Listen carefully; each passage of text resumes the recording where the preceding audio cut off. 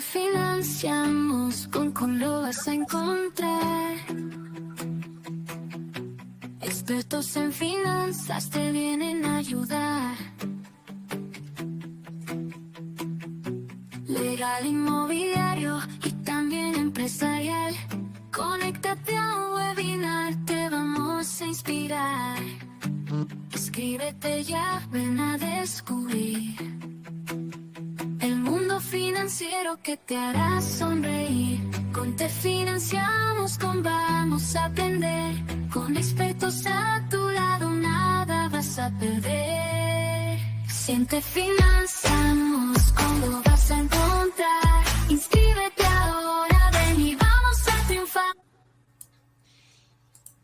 Muy buenas tardes, Carlos. Después detrás algunos problemas de, como siempre, en directo.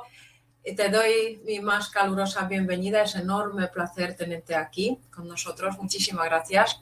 Ha sido un poquito todo muy precipitado porque la verdad es que no pudimos organizarlo con mucha antelación, pero para mí es un honor tenerte aquí.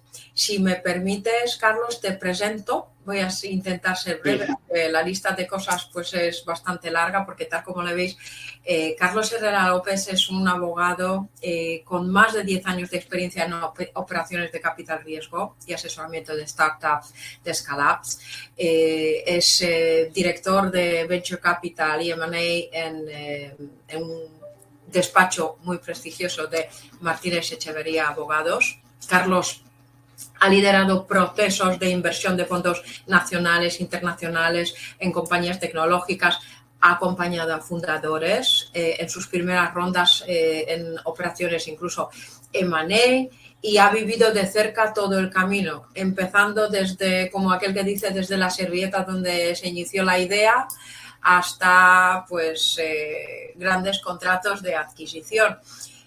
Y además creo que Carlos, aparte de abogado y gestor, asesor, etcétera, también eres inversor, ¿no? Entonces estás participando de manera activa en varias empresas que me encantaría que nos contaras.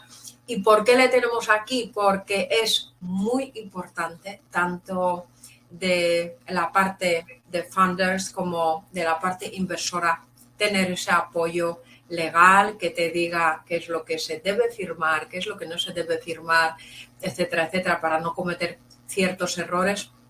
Y yo sobre todo, Carlos, quería preguntarte, ¿qué te llevó en especializarte en ese sector, en ese ecosistema? ¿Qué ha sido lo que te llevó allí? Bueno, lo primero, muchas gracias por la presentación. Intentaré estar a la altura del listón tan alto que has puesto. Pero bueno, pues a ver, durante mi trayectoria yo estuve una época asesorando operaciones de M&A de gran tamaño, sobre todo a multinacionales, y tuve la circunstancia de que quise probar la empresa privada y me fui a trabajar a un fondo de inversión. Allí estaba integrado en la asesoría jurídica, aunque reportábamos a Londres, con lo cual mucho de mi trabajo era reporting más que el mero M&A y estar en el fuego. Y estando allí vi que perdía un poco la esencia de lo que era el mundo del tráfico mercantil, ¿no? En el sentido de que era parte de una gran maquinaria como una multinacional, pero no sabía, no entendía por qué habían fundado la empresa, cuál era el objetivo de la empresa. Hablabas con el CFO, el CEO o el CTO, pero en una multinacional tienen visiones muy distintas y eché un poco en falta estar en las pequeñas, en el despacho asesorando compañías en las que tienen un tamaño menos considerable y puedes ver la visión que tiene el fundador o el equipo emprendedor. Llegó un punto en mi vida profesional en el que pedí volver a despacho de abogado, es decir, a ser externo, porque necesitaba un poco vivir toda esa etapa de funcionamiento de la empresa y estar en contacto con distintos empresarios y distintos sectores. y me topé con mis primeras startups y pymes, por así decirlo, que nunca había trabajado con ellas. Y la verdad que me gustó mucho el trabajo que hay detrás, ¿no? Al final, el emprendedor es una persona que, como el abogado un poco, el asesor no le diga, oye tío, estás en el momento de parar, avala con su propio patrimonio todo el negocio, ¿no? Y su idea, y es capaz de darlo todo. Al final hay una pasión ahí que le ponen y un esfuerzo y unas ganas que en la multinacional solo se traduce muchas veces en reparto de beneficios y en aumento de valor de la compañía. Y normalmente detrás de una pyme o de una startup lo que sueles tener es la pasión del equipo fundador tras esa idea y muchas veces querer cambiar el mundo con una idea que es disruptiva o simplemente implementando nuevas soluciones para problemas de todos los días. Luego hay como todo. En cuanto el sector se ha ido profesionalizando un poco, ves al startupero que simplemente se mete ahí porque es lo que está de moda y porque levanta una ronda para pagarse un sueldo, y luego ves el que lleva 6 meses sin cobrar, que ha avalado personalmente garantías para pólizas de crédito para pagar la seguridad social, Hacienda o las nóminas, y que ese es con el que te gusta siempre estar al lado. Al final, para mí, el sector del venture capital, más concretamente hablando de la inversión en startup, vive mucho de eso, de las personas, y cualquier buen portfolio manager o analista de inversiones y demás tiene que saber de recursos humanos porque tú inviertes en la idea que está detrás, no tanto en un producto. Con lo cual me gustó esa visión 360 que tienes que tener en este tipo de operaciones y en este sector para poder asesorar a tus clientes. No te vale simplemente estar al día con lo que publica Expansión, sino necesitas tener esa visión más globalista. Y al final te conviertes en el abogado, en el psicólogo y en el cura del emprendedor. Tu Con lo cual es función, muy divertido.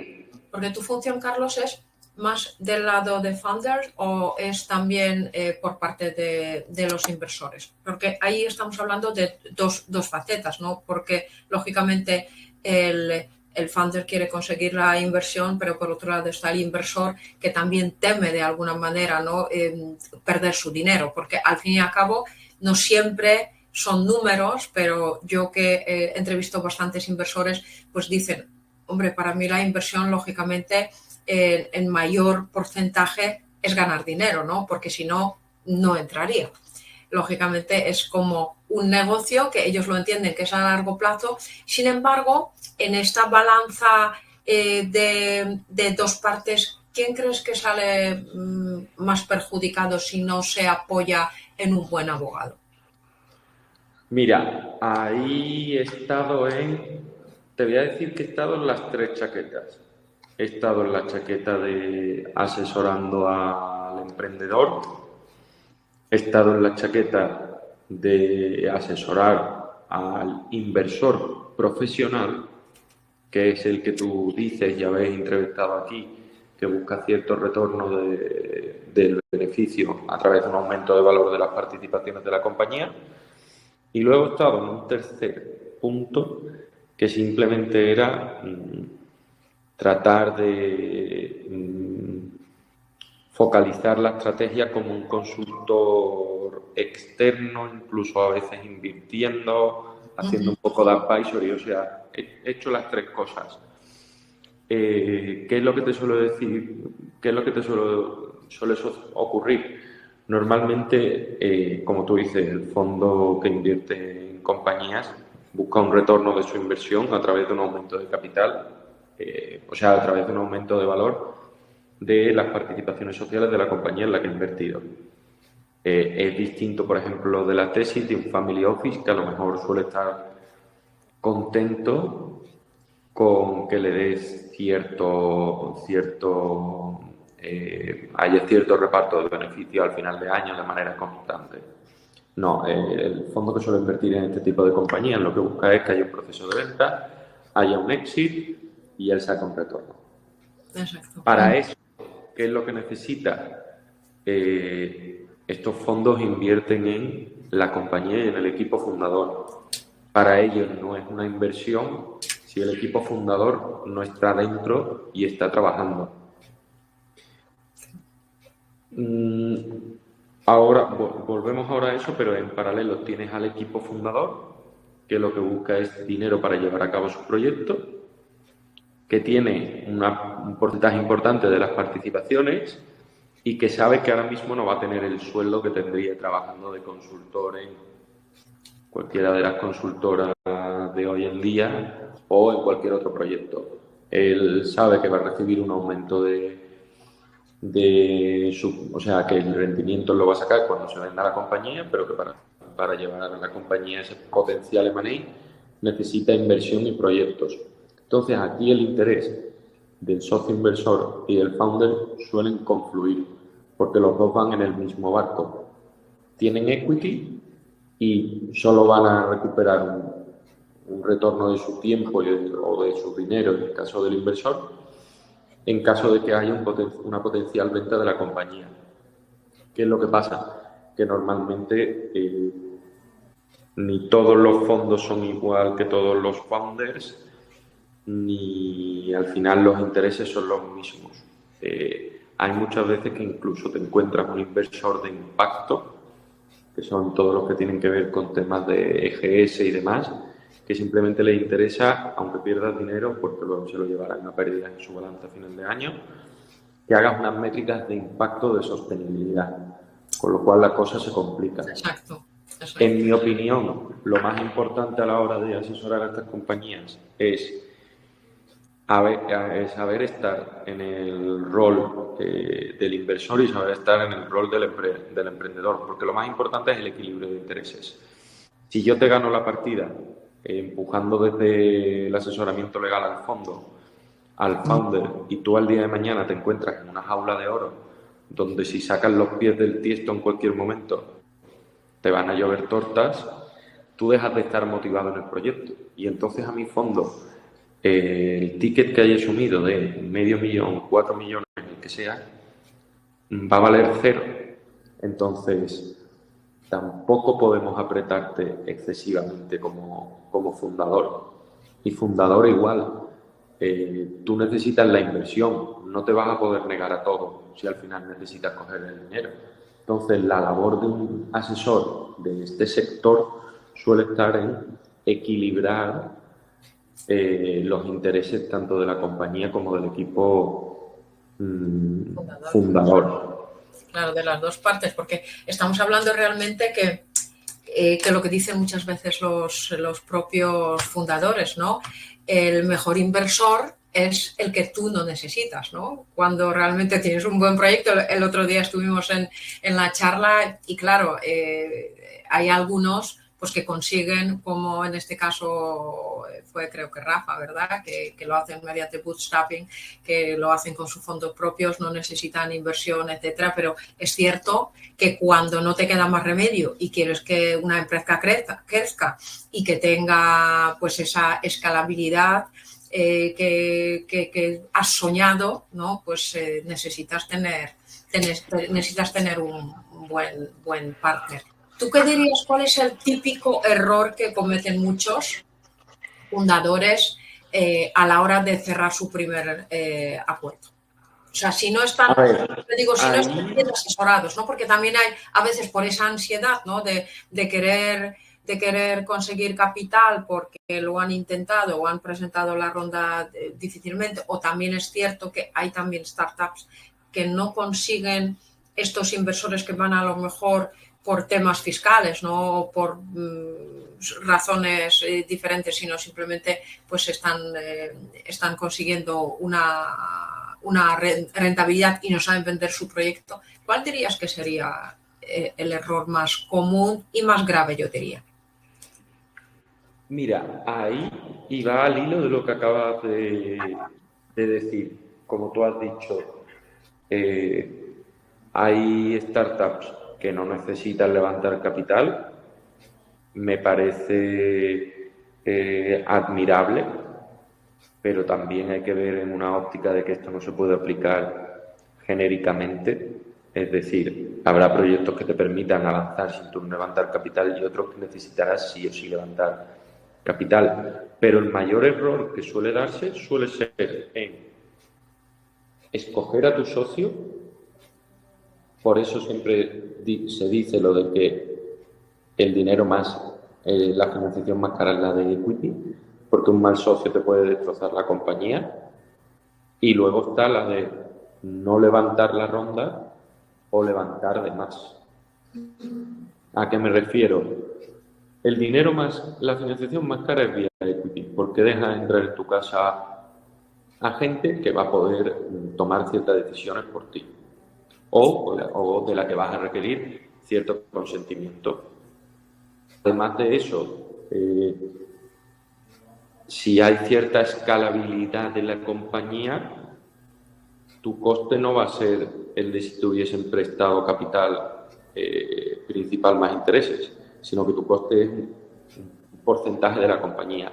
Por eso, si necesitas en una primera ronda de financiación 50.000 euros, coge una ronda de 50.000 euros y no cojas 75 por quedarte tranquilo, porque lo que estarías cayendo sería en un overfunding y estarías cogiendo muchísimo, o sea, estarías soltando muchísimo más equity del que necesitas a esa valoración tan baja. Y luego, lo que decíamos antes, el interés del founder y del inversor confluyen en que los dos tienen equity de la compañía. Ahora, si el founder tiene demasiado poco equity en la compañía porque ha cogido dinero de más al principio, nadie te va a querer invertir porque no vas a tener motivación suficiente. Y ya tenemos que reestructurar el cap table, hay 1000 cosas y es un horror. Y el otro fallo, que es el de no levantar la ronda, es al revés.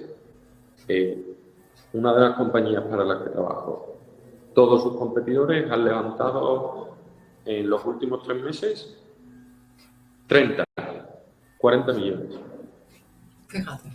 ¿Por qué tienen ellos que levantar? Y no tienen más proyectos ni más de mercado que ellos.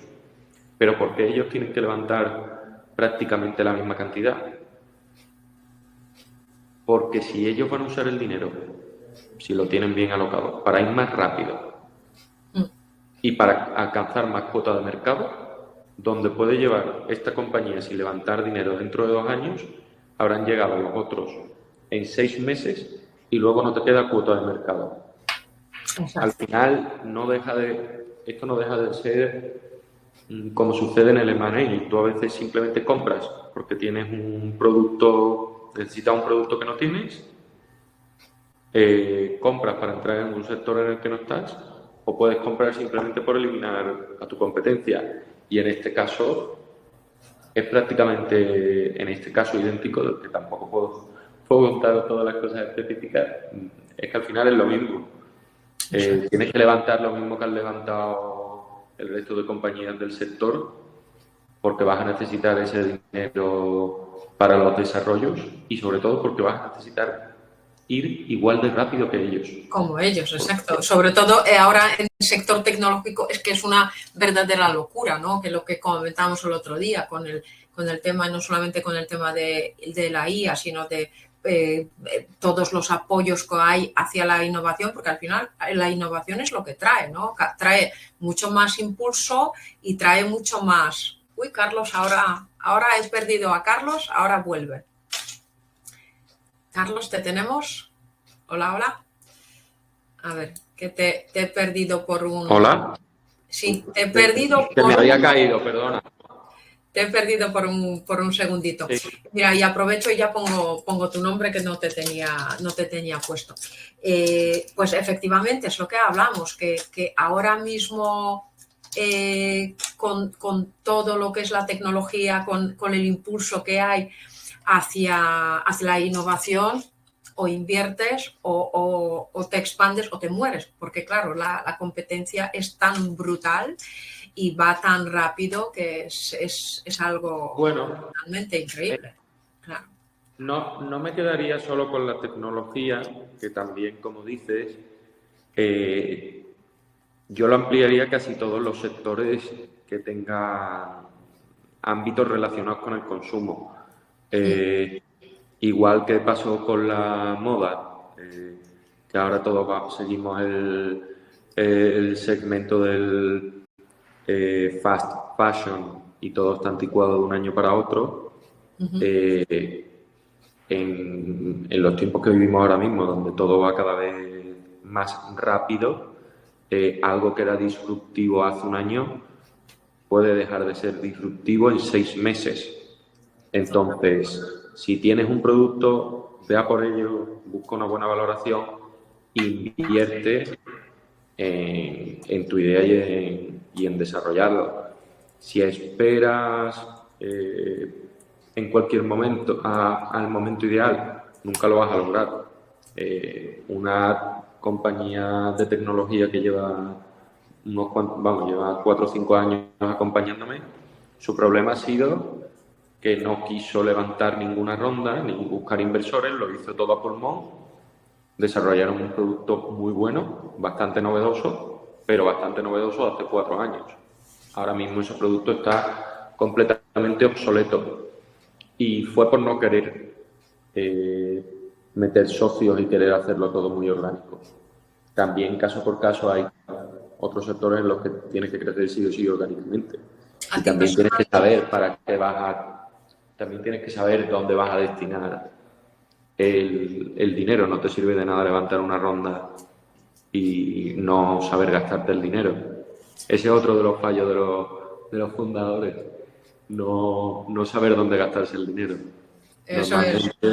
En cuanto levantan la ronda, fichan de CFO a su amigo fulanito, de CMO a la novia de un amigo suyo, se rodean de perfiles que no suelen ser del todo profesionales. Una de las, para mí, de los puntos más difíciles en el emprendimiento es encontrar y cubrir la capa de C-level, es decir, que el CEO de la compañía esté bien acompañado de un CFO, CTO en caso de que sea una compañía tecnológica, un CMO si es algo destinado a retail, y al final eso es muy difícil de acceder, de llegar a ese punto de entender que tu C-level, quien te va a acompañar, es muy importante para el desarrollo. Es fundamental, porque es como echar buena gasolina al coche, porque si no, al final, que de hecho algunos de los clientes lo comentan, ¿no? Sin un buen director financiero, sin un buen apoyo legal, etcétera, es que es fundamental, porque si no la empresa no crece y es imposible. ¿Cuál dirías que es una de las? Porque fíjate, para mí esto es como la red flag, ¿no? Cuando veo que vienen clientes, y me pasa con financiación, ¿no? Yo no estoy especializada precisamente solamente en startups, más bien para empresas que ya llevan un tiempo en el mercado y buscan financiación alternativa y bancaria, etcétera. Pero, por ejemplo, pues esa es una de los avisos rojos, ¿no? De cuando empiezo a revisar las cuentas de cómo han ido, a dónde han ido destinados los fondos y tal. Para ti, pero no desde el punto de vista legal, pero a título personal, ¿cuál para ti es como aviso danger? Ojo, no entro aquí. Pues hoy he tenido una discusión con otro abogado sobre esto. Si una startup reparte beneficios, yo ni la miro. Porque no tiene proyectos en los que invertir, no va a crecer, no me va a dar un aumento de valor a las participaciones que asumo. Ese es uno de los red flags. El segundo red flag, fundadores que no tienen casi equity. Fundadores que hicieron mal los acuerdos y ahora el 30% de la compañía está en manos de un tío que estuvo al principio, estuvo 3 meses y nunca se ha ido del todo. Ese es otro para mí, los puntos más importantes. Y luego, si yo veo que viene a venderme la idea un externo, también suelo huir. Es decir, tú puedes estar acompañado de tu CFO para hablar de la parte técnica de las cifras, de tu abogado cuando vayas a negociar un term sheet, de tu advisor, el que sea, cuando vas a cometer X proyecto. Pero la idea la tiene que vender el equipo fundador, la idea la tiene que vender el CEO. Eso para mí son los tres principales. Fíjate, eso es de lo que decía el otro día, estuvimos con Luis Caviedes hablando y Luis cuando analiza algo, porque al final no son todos números, ¿no? Hay una parte súper importante que yo también se lo digo a los clientes, digo, tienes que ser tú, porque es también la persona, el equipo fundador tiene que transmitir, y eso Luis y yo lo llamamos cuando que tenemos la sensación, ¿no? Cuando estás con esa persona y ves que hay algo que no transmite, que a lo mejor él ni siquiera cree en su propio proyecto y contrata a alguien que te lo, entre comillas, venda, porque una cosa es que tú no sepas vender, que también es posible que, oye, que sea un buen fundador, buen proyecto, pero tiene ese problema, ¿no? Cuando hablar en público, tiene muchísimos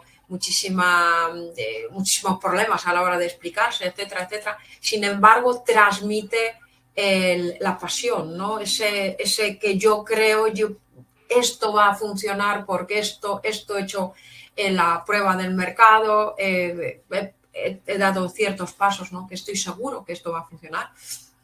Que igual, lógicamente, ojalá todos acertaran, ¿no? Pero es verdad que esa parte es muy delicada, ¿no?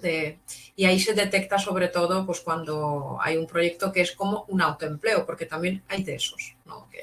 Que vienen los funders que tienen una idea, pero realmente lo que quieren es levantar una ronda pues para cobrar su sueldo, ¿no? Que eso yo lo he visto en algunas ocasiones. De hecho, lo que yo creo es que ahora mismo la gente habla de que se ha deshinchado la burbuja de la inversión y demás. Yo no creo que se haya deshinchado. Es verdad que hay menos inversión, pero lo que hay es más profesional. El tema principal es que la startup zombie, la que llamamos rondera, la que levanta rondas para pagar Hacienda, para pagar el IVA, para pagar sus sueldos, esa ya la identifican muy rápido.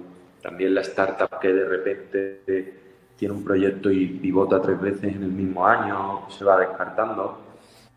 Pero la startup, que es una buena idea, encuentra inversión y encuentra muchas novias. De hecho, los fondos comentan que no es tan fácil colocar ahora mismo en proyectos, pero que ellos están abiertos, a nadie les ha cerrado el grifo. Es verdad que luego tiene que coincidir que hay muchos fondos que su ciclo justo llegó el año pasado, en 2024, de cierre del fondo y no están invirtiendo más, pero como son cíclicos también se están abriendo nuevos fondos. Con lo cual, salvo que seas una startup rondera, creo que puedes tener recorrido si tienes un proyecto verdaderamente disruptivo. Bueno, a ti como personal, ¿qué sectores te gustan? ¿En qué sectores te fijas sobre todo? Pero ya no digo para invertir, ¿no? Simplemente de participar, de estar ahí dentro, de estar como advisor o estar como apoyándoles un poco. ¿Cuál a ti te parece que son sectores que van a tener mucho éxito de aquí a pocos años? Mira, ahora mismo, sobre todo, en el proyecto en el que estoy más involucrado es en uno de EdTech. Creo que todo el tema de educación tras lo que pasamos con el COVID, creo que el sistema se ha reformado. Ya la gente no ve la formación a distancia como algo extraño o que te quitaba valor, todo lo contrario. Son todo facilidades para la gente y me parece que es uno de los sectores más hot ahora mismo. Luego, un sector que siempre está en alza y yo la verdad que ahí siempre he estado bastante involucrado, no sé por qué también, pero bueno, es el de cuidado personal, de estética masculina y femenina, todo lo que es K-Beauty está Muy pegando muchísimo. Todo lo que tiene que ver con tecnologías de la ciberseguridad y demás, me parece que también es un sector que está hot.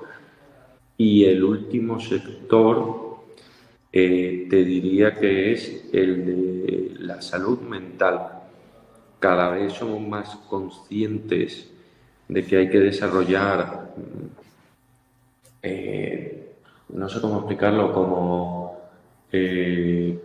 programas que ayuden a concienciar a la gente, psicólogos online, juegos online que sean para, igual que los hay que te enseñan idiomas, que enseñen a cuidar tu salud mental y demás. Me parece un sector que va a pegar cada vez más fuerte. Totalmente. Yo pienso también en general salud, fíjate, salud mental sí, sobre todo porque es cierto que desde el tema de COVID pues hemos cambiado un poco nuestras maneras de conectar, ¿no? Y muchas veces pues incluso trabajamos cada uno desde, no necesariamente desplazándonos a las oficinas, ¿no? Sino aprovechas a lo mejor 50-50, con lo cual pues el hecho de poder trabajar desde casa también te hace un poco más vulnerable, ¿no? Porque al fin y al cabo ese contacto físico con las personas pues siempre ha sido muy importante, ¿no? Que dentro de lo que cabe pues lo hemos estado perdiendo un poco. Mira, Carlos, yo te voy a preguntar también volviendo un poco al tema de los acuerdos, ¿no? Porque me han preguntado muchos clientes y me han preguntado mucho sabiendo que iba a tener la entrevista contigo. Por ejemplo, ¿cuáles son las típicas cláusulas que se suelen poner protegiendo un poco la parte fundadora, ¿no? Porque hoy nos vamos a centrar en la parte fundadora, porque luego la semana que viene tenemos también una charla con expertos por parte del inversor, ¿no? Entonces ya nos contará cómo él protege sus partes. Pero, por ejemplo, por la parte fundadora, ¿qué cláusulas sueles recomendar o poner para no diluir en siguientes rondas mucho el capital? Porque si captan una ronda al principio y resulta que no lo tienen muy bien puesto, en las siguientes rondas pues hay tanto para los primeros fundadores, ¿no? Para los primeros inversores, como para el founder, en el momento cuando levantan, imagínate, el segundo millón, etcétera, pues para evitar que se diluya tanto, ¿sueles poner alguna cláusula especial o no? Ahí, pues, te voy a decir... ¿Qué recomendarías? ¿Sabes? ¿Qué recomendarías, por ejemplo, desde tu punto de vista? Como si lo puedes comentar. Sí, no, te voy a decir la realidad. Como ponerte una cláusula, te puedo poner una cláusula que te haga que tú no te diluyas casi nada, tratar de buscar la fórmula que te proteja mejor, pero en la práctica esas cláusulas no te van a aplicar porque ningún fondo va a querer entrar con ese tipo de cláusulas y te las va a quitar aunque hayas convencido a los fondos iniciales. En la práctica, la cláusula que de verdad tienes que tener como equipo fundador que te proteja de potenciales diluciones es la de la persona que más te puede diluir y hacer que pierda sentido tu cap table, la de tu cofundador. Somos amigos, somos familia, somos lo que sea, pero tenemos que proteger que si tú te vas, tú sueltas la gran parte de tu equity dependiendo del tipo de salida que sea, porque ese equity no vuelve, se queda ahí. No es un equity que sea un inversor profesional que te vaya a presentar inversores o que vaya a reinvertirte, y esa es tu verdadera dilución. Diluirte por la entrada de inversores, siempre te vas a diluir. Pero donde tienes que protegerte es con tus cofundadores. De hecho, muchas veces, casos habituales en el 99% de los casos es: no, pero si es mi amigo, si es mi hermano, si es mi compañero de colegio mayor. pues por eso tienes que hacerlo. Porque el día de mañana, con tal de no cargarte tu relación, decís, oye, esto fue lo que acordamos, vamos a hacerlo así y no vayamos a dejarnos de hablar por este emprendimiento que hemos hecho o por lo que sea. O sea, es mejor ponerse una vez rojo que cientos amarillo, y eso es totalmente cierto, ¿no? Porque muchas veces yo lo he visto en casos de sociedades, ¿no? De socios pequeños que han montado empresas juntos y uno decía, no importa, yo avalo y tal. Claro, te arriesgas a que cuando todo vaya bien, va muy bien, pero cuando haya algún problema, cuando haya algún tipo de discusión, etcétera, pues ahí es cuando realmente una parte claramente sale perdiendo, efectivamente. ¿Y cuál dirás, desde tu experiencia, Carlos, has visto más fracasos que éxitos? Bueno, fracasos. Quiero decir, a mí no me gusta llamarle éxito o fracaso. Hay una entremedia que es un aprendizaje que te llevas, que sí, cerrar empresas he visto cerrar. Más que cerrar, he visto empresas quedarse en una media tabla que no tiene sentido para nadie, que es ni muero ni lo peto, por así decirlo. Pero también las he visto triunfar. Triunfar un 10%. Quedarse entre medias un 40% y fracasar el 50%, siendo honesto. Total. Eso es lo que dicen muchos inversores, claro. Pero ¿cuál diría, o sea, sin llamarlo fracaso, porque a mí tampoco me gusta esta palabra? ¿Por qué crees que al final los negocios que salen con una idea tan buena, que tienen todo muy bien estudiado, etcétera, o sea, partiendo de esa base, ¿no? Porque hay los que no preparan bien, la idea tal, pero al final pues no han comentado algo, pero partiendo de la base que la idea es buena, el negocio está más o menos comprobado y tal, ¿cuál es el motivo por el cual la mayoría se cae? Porque un 50% es un porcentaje muy alto. No. Sí, dame 30 segundos que no me va el cargador que he cogido, voy a coger de mi despacho. Vale, pues mientras tanto, si queréis, yo os comento que además de hoy, que los que estáis aquí, aprovecho a hacer un spoiler, que mañana a las 7 de la tarde vamos a hacer un webinar que qué errores no hay que cometer a la hora de solicitar financiación al banco. Ahí os daré 1.000.000 de tips, bueno, 1.000.000, a lo mejor 30 o 40 tips que debéis seguir para que vuestra solicitud salga lo más beneficiosa posible y que lo consigáis. Así que aprovecho para decir eso, ya que Carlos ha conectado. Sí.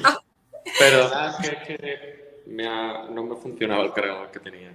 No pasa nada. Mira, el otro día Luis nos descubrió, que yo todavía no lo he hecho, que por lo visto en Chrome pone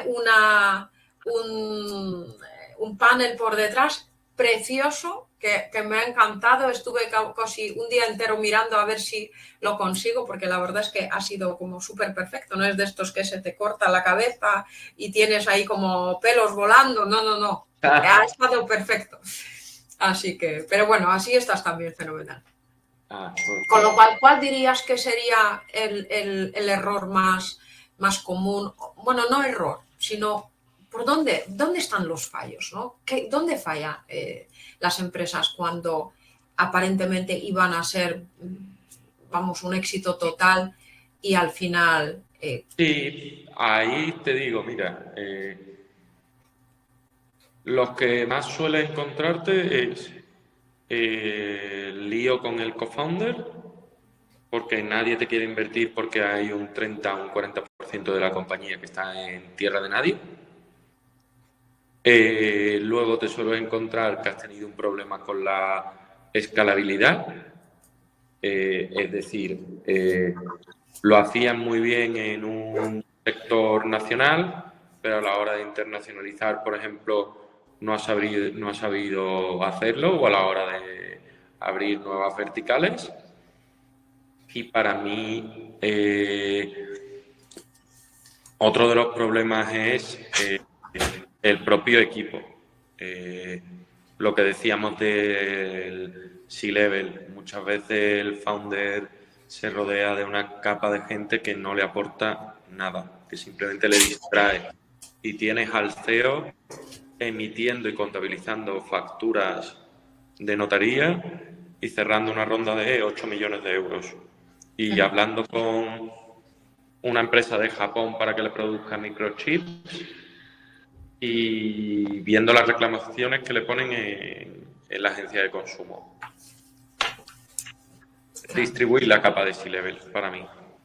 Claro, eso es fundamental. Yo la verdad es que estoy ahí totalmente de acuerdo contigo y fíjate, cuando dijiste con el tema de internacionalizarse, nosotros, pues precisamente uno de los acuerdos que hemos firmado ahora es con Protocol Diplomacy, porque esa parte de conocer cómo es el mercado en el extranjero, qué es lo que tienes que hacer, esa inteligencia directiva, ¿no? De cómo preparar tu empresa para salir a vender fuera, porque no es fácil entender, tu cliente tiene otra mentalidad, porque al ser de otro país piensan de otra manera totalmente diferente, tienen otras costumbres, otras maneras de trabajar. Si a lo mejor dices que es a tal hora está el pedido, hay países que simplemente por no ser extremadamente puntuales te pueden vetar, ¿no? Puedes ya no ser atractivo para este mercado.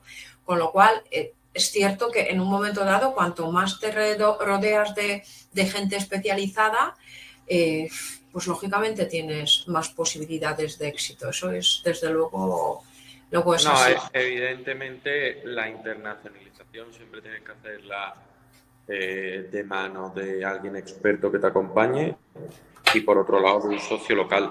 Si no, metes la pata. Lo bueno es que el emprendedor español es una de las cosas que por la propia idiosincrasia de España ha aprendido muy bien. Y es que en España estamos en menos de 1000 kilómetros. Tienes un tío con el que tienes que hablar que es un andaluz, que es completamente distinto a ti, que es un tío que está en Castilla-La Mancha, que un tío que está en Galicia o un paisano de La Rioja. Con lo cual, cuando ya sales fuera de España, ya está acostumbrado a que cada región tiene un particularismo y al menos eso lo tiene aprendido de tengo que conocer a alguien de allí que me diga cómo es así y tal cual. Pero es verdad que muchas veces o no has levantado suficiente o el socio local que tenías no era el adecuado. Suele ocurrir. Exacto. ¿Y cuál sería para ti, cuál sería tu consejo para los que te están escuchando? No estamos hablando ya de empresas que startups que ya han levantado rondas, sino los que están iniciando. Que tú desde el punto de vista legal y desde el punto de vista advisor, ¿qué les recomendarías para los que están ahora mismo viendo nuestro programa y quieran avanzar? ¿Cuál sería tu consejo principal? A ver, es un poco tópico porque es lo típico que suelen leer por internet. Pero, yo no, Carlos, yo no quiero las de internet, yo quiero las que no se cuentan, las buenas. Pero te digo que la más real de todas es, si quieres ir a vender tu idea a alguien, lo tienes que explicar de forma súper sencilla y clara en una frase. O sea, es que lo leo muchísimo por ahí y es que es la verdad. Si tú quieres coger a una persona a la que buscas su atención, necesitas 45 minutos para explicarle lo que tendrías que decirle en un minuto, ya has perdido toda la atención.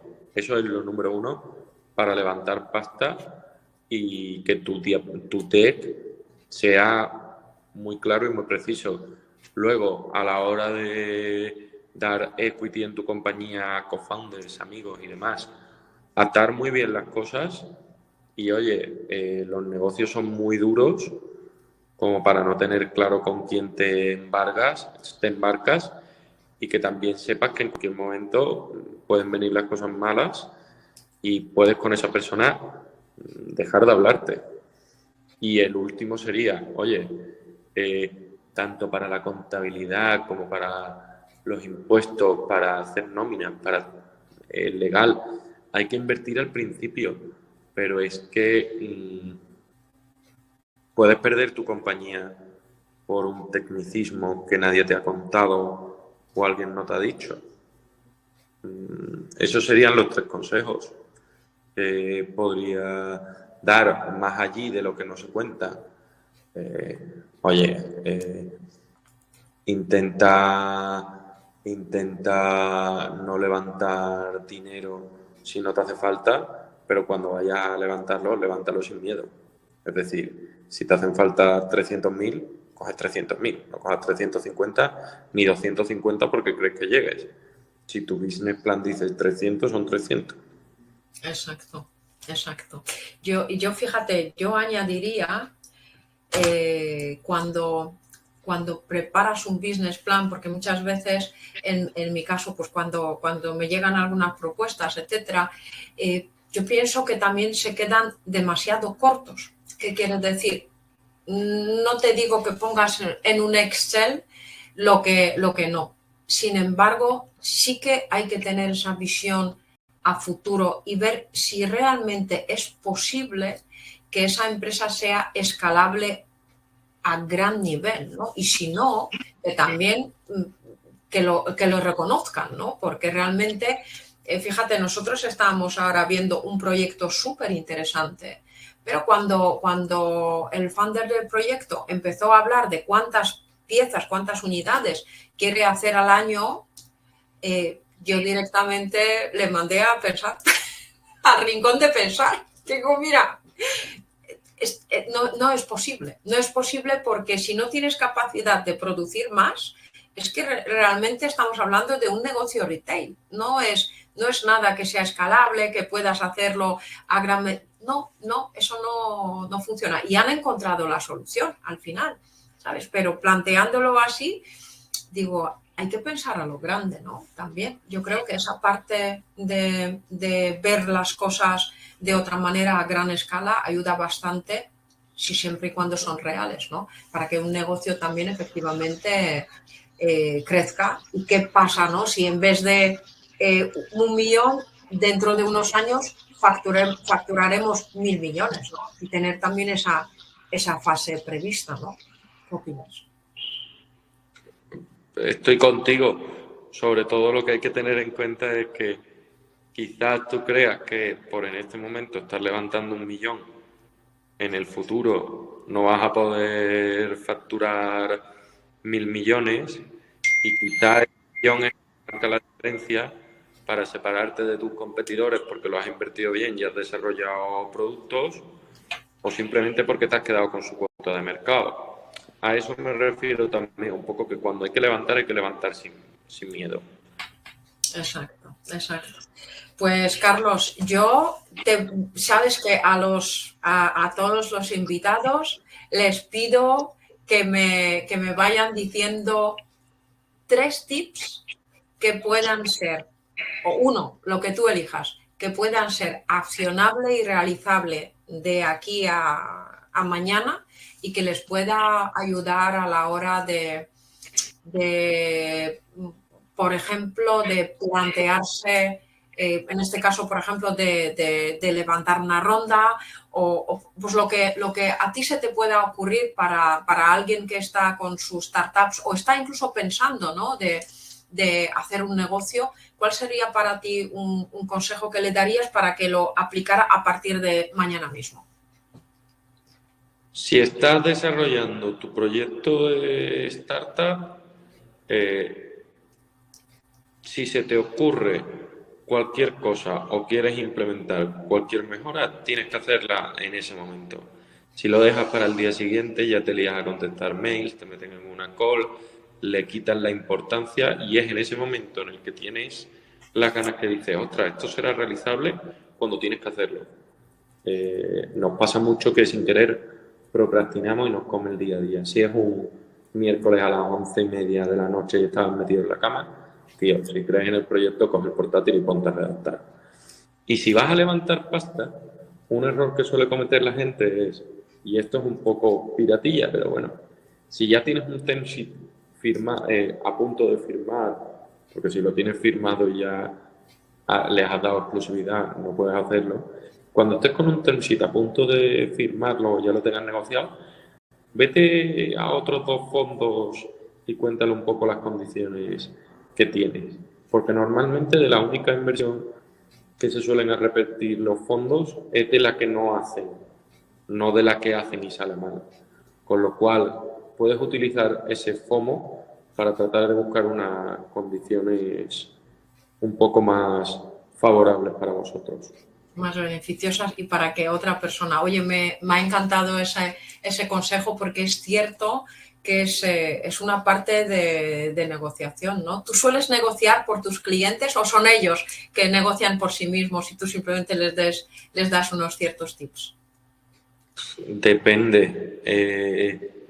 Depende, pero yo suelo estar siempre con el CEO negociando todo y soy un poco el que lleva la estrategia de, oye, este cambio lo vamos a meter, no porque lo necesitemos sí o sí, sino porque cuando llegan las negociaciones tenemos que soltar alguna carta y que parezca que esta no cuela. O sea, hay mucho de estrategia que tienes que verla y si alguien acaba de empezar a levantar rondas no la entiende.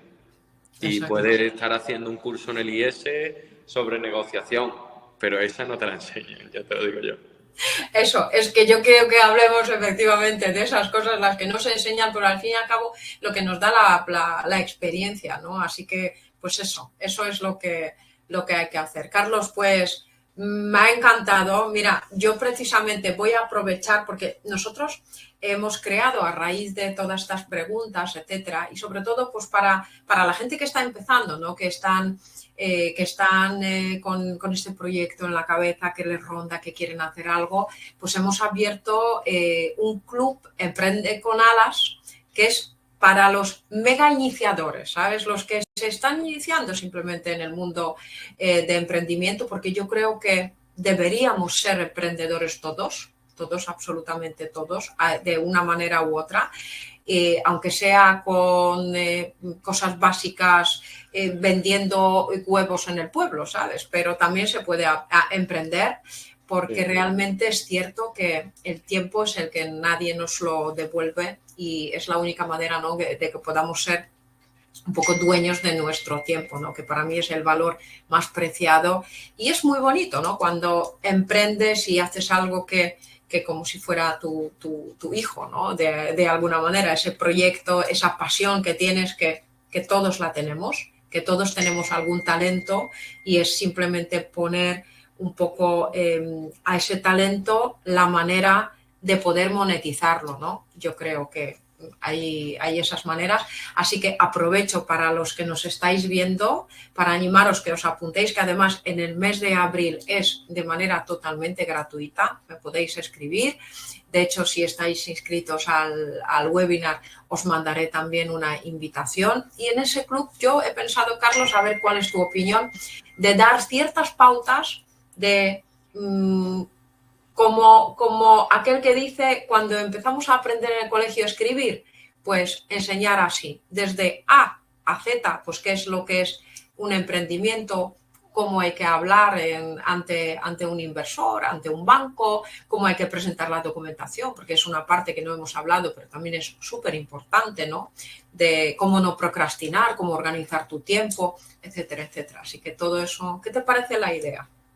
Sí, al final yo creo que es importante que los emprendedores estas oportunidades que dan los clubes que comentan las tomen porque es que hay muchísimas cosas que o vas a aprender dándote palos por la vida o ponerte en manos de un experto siempre te puede echar un cable y te puede solucionar la papeleta o al menos evitarte el golpe.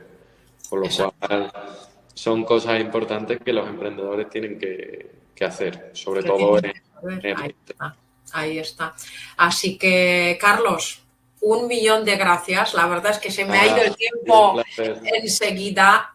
Recordad que mañana tenemos el webinar que lo voy a dar yo sobre los errores que no debes cometer a la hora de solicitar financiación en una entidad bancaria, que también, mira, así yo a veces digo, con lo sencillo que es, ¿sabes? Aprender a hacer las cosas bien, pero claro, como nadie nos lo enseña, pues al final es lo que pasa, ¿no? Que vamos de un sitio a otro y en todos los sitios te dicen, no, mira, este no. Y cuando el cliente me pregunta y dice, oye, ¿cómo es que a ti te han dicho que sí? Digo, pues mira, es muy sencillo. Entonces, de eso hablaré mañana, fíjate. Así que 1 millón de gracias, Carlos. La verdad es que ha sido un enorme placer. Seguramente te pediremos un poquito más adelante para que vuelvas a decirnos tus tips de, ¿cómo lo has dicho? De piratilla, que me gusta. Sí. Eso me encanta. Y nada, me voy a despedir de, veo si hay alguna pregunta más, pero veo que no se nos han atrevido, así que pues si habrá alguna te la escribiré por mail y con Carlos podéis contactar, ¿verdad?, por mediación del despacho de abogados de Martínez Echeverría, que no solamente lleva el tema de startups, sino llevan absolutamente todos los asuntos habidos y por haber, desde compras-ventas, desde asesoramiento, herencias y todo lo demás. ¿Verdad, Carlos? Correcto. O sea, todas las ramas del derecho son un despacho bastante multidisciplinario. Así que, pues muchísimas gracias. Os agradezco que habéis estado aquí con nosotros y nos despedimos con nuestra super canción. Hasta mañana, espero. Te financiamos, con lo vas a encontrar. Expertos en finanzas te vienen a ayudar. Legal inmobiliario y también empresarial. Conéctate a un webinar, te vamos a inspirar.